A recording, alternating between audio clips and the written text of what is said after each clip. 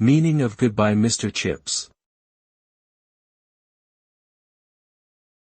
Goodbye, Mr. Chips.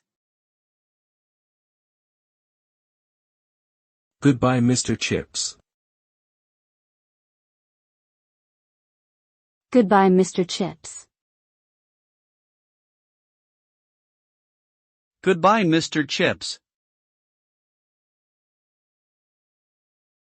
Goodbye, Mr. Chips is a novel by James Hilton published in 1934. The title refers to the main character, Mr. Chipping, a beloved and dedicated teacher at a boys' boarding school in England. The story follows Mr. Chipping's life from his early years as a timid and unremarkable teacher to his eventual transformation into a wise and respected figure who has had a profound impact on generations of students. The title implies a bittersweet farewell to both Mr. Chips and the era of traditional education he represents, while also celebrating his enduring legacy.